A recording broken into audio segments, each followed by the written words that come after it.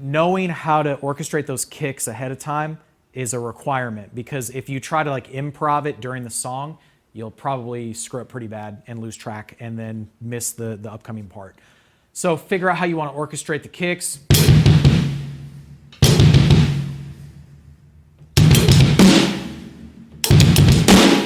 Whatever works best for you.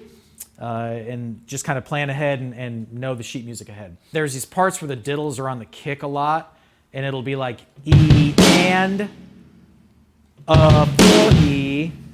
So you just have to know these groupings for the diddles on the kick to know that they kind of push ahead.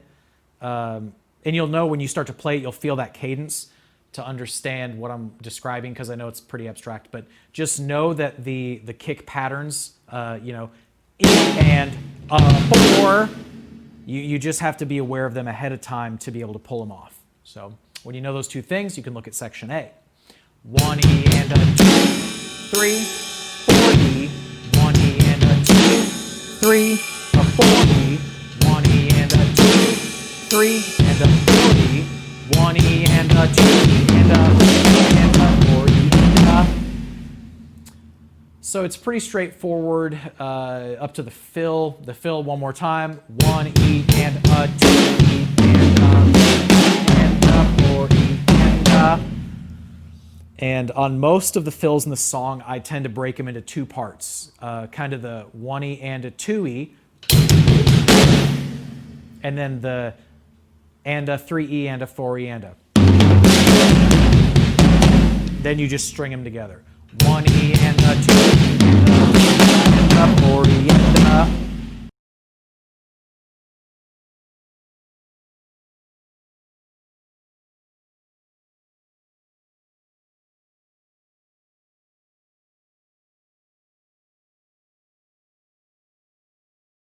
So it's pretty straightforward up to the fill, where you're going to notice it's a group of 3. 1 E and. Then you've got the snare on the 2 E and that's kind of your first phrase. 1 E and 2 E and, coupled up with the second phrase. 3 E and 4 E and then you just pair them together.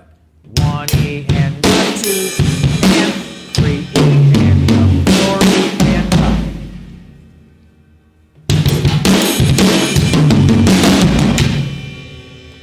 1 E and 3 E. You're also going to notice it's hard to count this song as you play it. Like if I try at full speed to be like 1 E and 2 E and 3 E and 4 E and I probably don't even get the whole thing. 1 E and 2 E and 4 E and 1. So, you know, just kind of mesh in the counting where it makes sense, but know that I don't count the song the whole time I play it. It's just too fast to do both at once.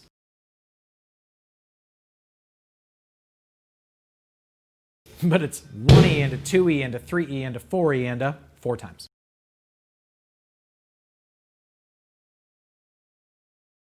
1 and 4 E. 1 and 4 E. 1 and 4 E. 1 and first bar, 1 and. The second bar, there's an extra lift on the end of 2. 1 and a ghost note on the 1 and. So you'll notice I probably just leave it pretty much open from the and, but if you're being exactly precise, 1 into bar 3, 1 and then into the fill. 1 and Now notice I shifted that left foot to the slave kick pedal because that E and 4 is hard to pull off if you're over here. So I go 1 and E and to pull off that fill.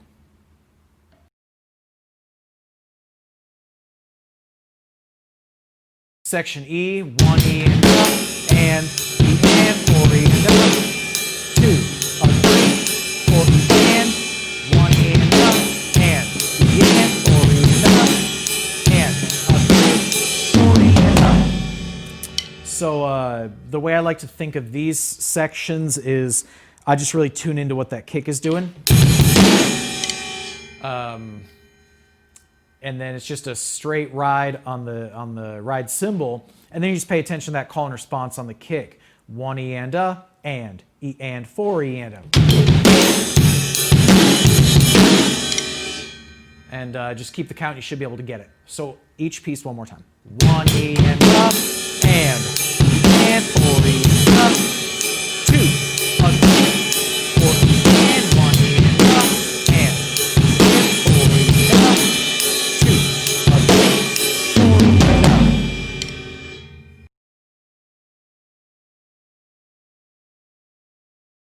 Section F is a left foot lead, 1 E and a 2 and E and 4 E and up, 3 and 1 E and a 2 and E and 4, 1 E and up, and 3 and a 4 and a 1.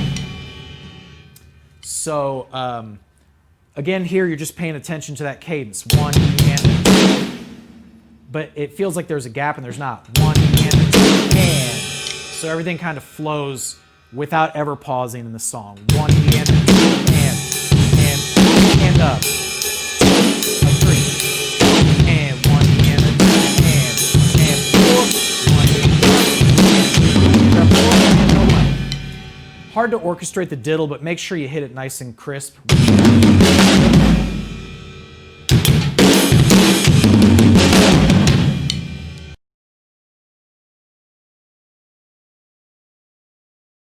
G at 59 seconds. More chorus. 1 E and a 4 E. Now you're switching to the left-hand lead. 1 E and a 2 and a 4 E and a, back to the right. 1 E and a 4 E and a, into the fill. 1 E and a 3 E.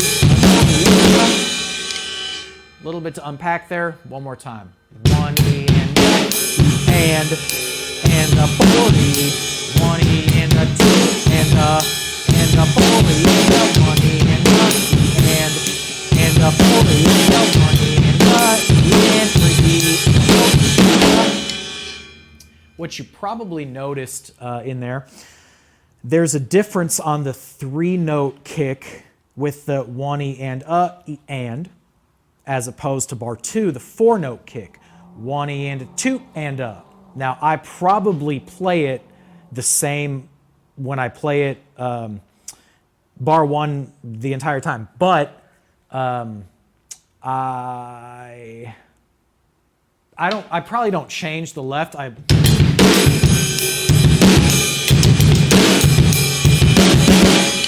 And as it's technically written, it probably goes.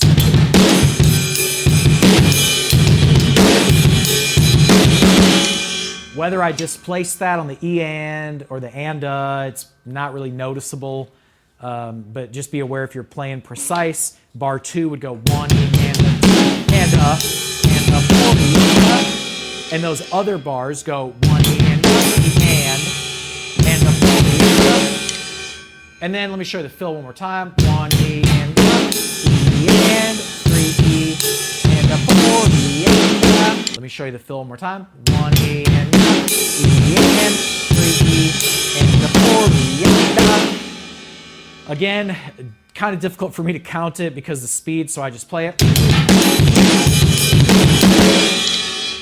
But it would be 1 E and a 3 E, 4 E and a. So whatever works for you, find that happy medium.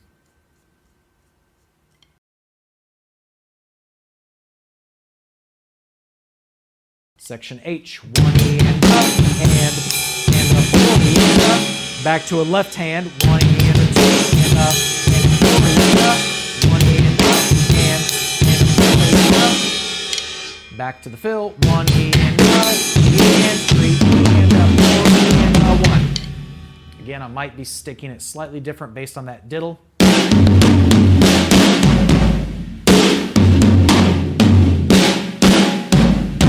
think I am. I'm doing a right, right, left, right. I would just adjust to whatever's natural, but you have to be aware that, for example, you've got to come off the floor tom with the left so that you can crash with your right on the next beat. So whatever works for you.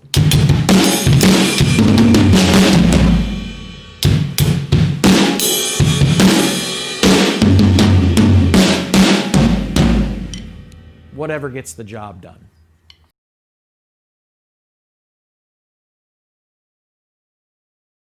Section I, 1E and up. Section I, 1E and up. And 4E and up. 2, 4 and 1E and up. And 2, 4 and. Again, notice that diddle. Da, da, da, da.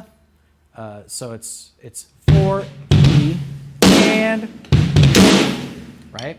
Get used to that cadence. And then just again, I picture in my mind a conversation happening, and it's just this back and forth with my kick. So I know that's a weird analogy, and it might not fit what works for you, but I envision it that way. So that's kind of how I.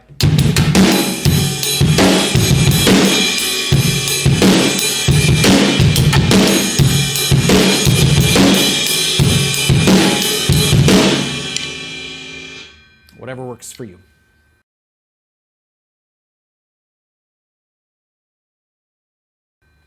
Section J, 1 and up, and 2, 4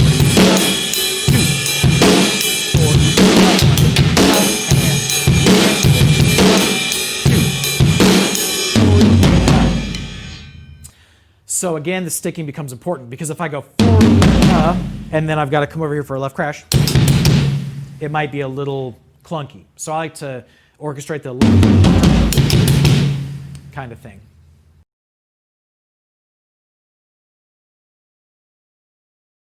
K at 137, 1 and 2 and 3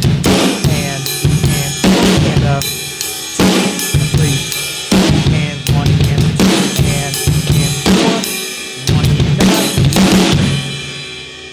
So this one's a little bit different because, and you can notice where I felt off guard with that section. 1 and 2 and 4 and I have a tendency to over-prepare for that part. And what I learned is just play each piece and address each piece first. So 4E is just as important as pulling off the and a diddle and a 16th note. So 1 and 2 and then you just have to remember to get that ride cymbal active again. 1 and 2 and 3.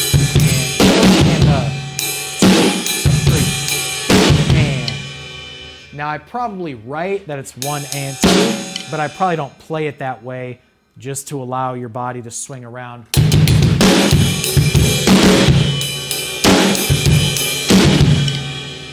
So again, not perfect, but who is? 1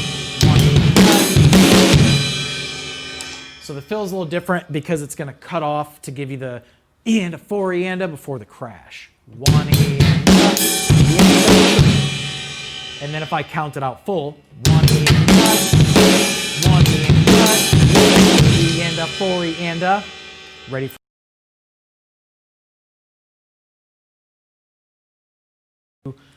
section L at 145, 1 E and a, and a 4 E, 1 E and a 2 and a 4 E and a 1 E and a, and a 4 E and a, and then you've seen this fill, 1 E and a, E and 3 E, 1 E and a.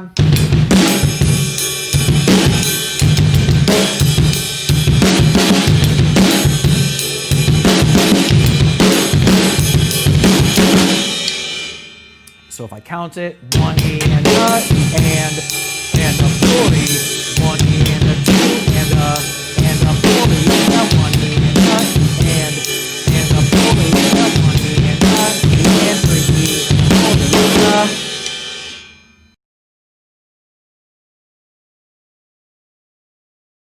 Up to this point in the song, section M is probably the trickiest because bars 2 and 4 are drastically different from what you've seen. Bar 2 is this long run, 1 E and a 2 E and a 3 E and a 4 E and a, and then bar 4, 1 E and a 2 and a 3 E and a 4 and. So again, just pay attention to the count and the call and response, and it should line up for you. 1 E and a 2 and a 4 E and a. Now here I probably lead with the right foot and don't stop kicking. 1 E and a 2 E and a 3 E and a 4 E and a. And I probably also adjust my cymbal strikes to match what I'm doing on the snare. So 1 E and a 2 E and a 3 E and a 4 E and a, or 1 E and a 2 E and a 3 E and a 4 E and a. Then bar 3, 1 E and a 2 and a 4 E and a, into the fill, 1 E and a 2 and a 3 E and a 4 and. Now again, I think in the video I probably just lead right foot, 1 E and a 2 and a 3 E and a 4 and I'm sure my cymbals don't line up to what's written. Again, nobody's going to notice when it happens at full speed, but just that count, 1 E and a 2 and a 3 and a 4 and.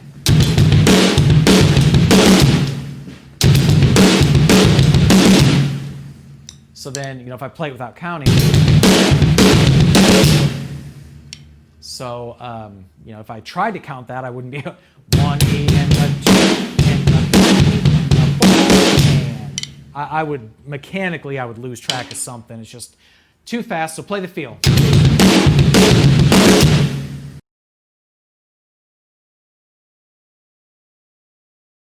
Section N at 205, 1 and 3 and. Now, what I found is I kick 3 times and I crash twice. Whenever I try to do it exactly as written, I just haven't practiced the song long enough to execute that way. So I just 1, a 2 and 3 and a 3 and then I'm only crashing the first 2 notes. So 1, a 2 and 3 and a 3 and then I'm back to repeat the pattern. 1, a 2 and 3 and a 3 and 1, a 2 and 3 and a 1, a 2, a 3 and 1, a 2, a 3 and 1, a 2, a 3 and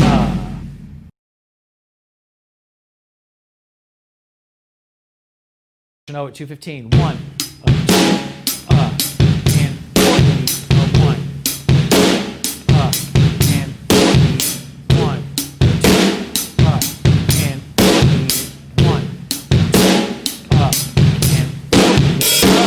and I think I probably do it on the ride. 1, 2, and 1, 2, and 1, 1,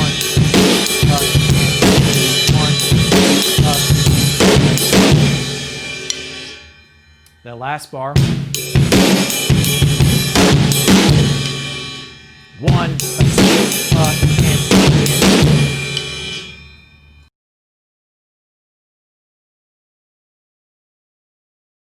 Section P at 225. Back to the verse. 1, 2, and 4 E, 1 E, and 4 E. It's a little different than how you've seen it because of that extra transition from bar 1 to 2. 1 E. So you just tie it all together. 1, 2, and 4 E, 1 E, 2, and 4 E, 1, 2, and 4 E, and it should be a ghost note actually. 1, 2, and 4 E, into the fill. 1 E, 2, and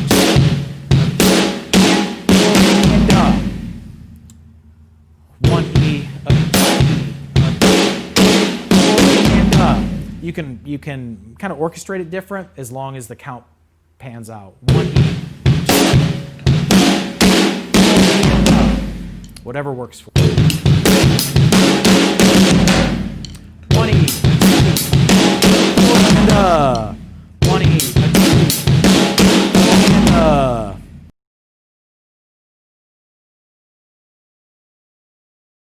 241, I think of this in two parts. 1E and a 2E, and 3E and a 4E and a. And in the video, I might have even orchestrated that all down one drum and done. But I think probably technically it's orchestrated on the high tom, but 1E and a 2E and a 4E and a. And I think the reason is you get a better rebound on the high tom, so you don't get sunk in here because you need to be so quick on the response. Versus. So I think it's probably in the high tom. So at 241, 1E and a 2E and a 4E and a. Now if you end with the right kick, you can start the next bar with a left crash and a left kick to keep the rhythm smooth. 1E and a 2E and a 4E and a.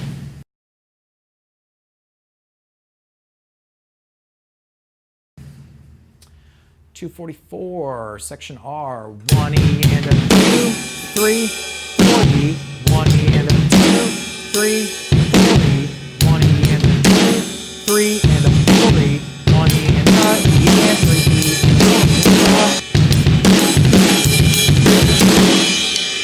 which is a fill you've seen before. 1E and a E and 3E, 4E and a.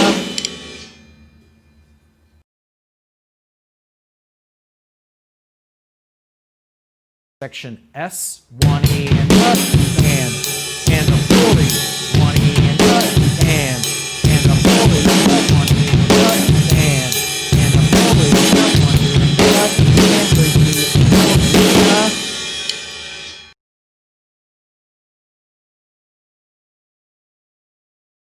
Section T, 1E and a and a 4E, 1E and a 4E, 1E and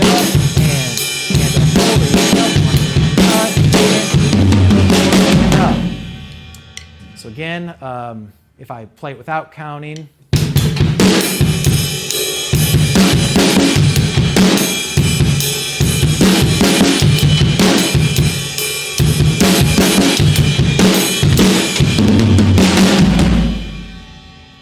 and then if I count it nice and slow, 1E and a 4E and a 1E and a 4E and a 1E and a and a 4E and a 1E and a and 3E and a 4E and a. Again, I stick it a little differently than what's written. I should have changed that tablature.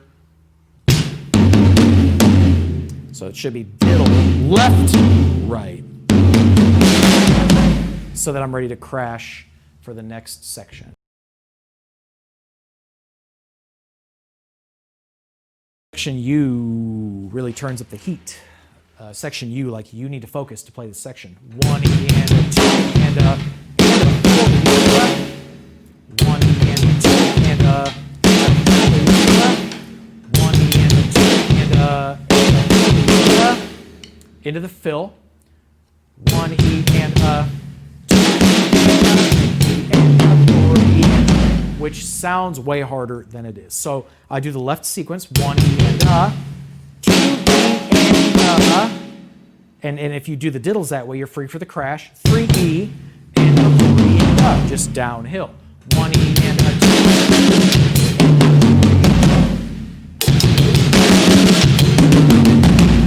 And if you remember that kick is just, it's not as fast as you think it is.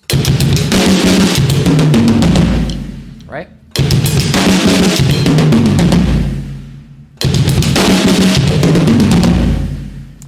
So counting it, 1E and a 2, 1E and a 2, 1E and a 2, and a 4E and a. Notice that I changed the diddles the last time, but it wasn't enough to like throw anything off. So just keep the sequence in mind. 1E and a 2, 4E and a. And you'll nail it.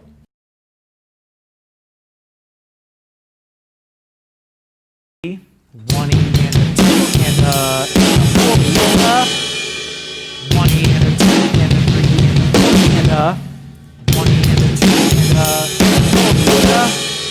Now the fill is tricky because the ties into the next piece.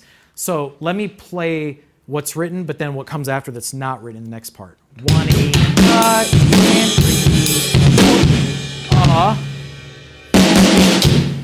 Okay.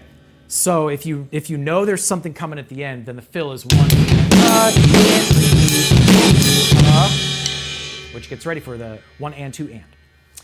So each piece one more time. 1 E and a 2 and 1 E and a 2 and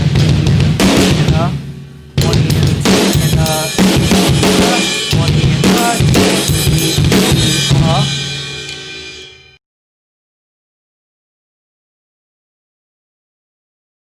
Section W, 1 and you just rest till the end.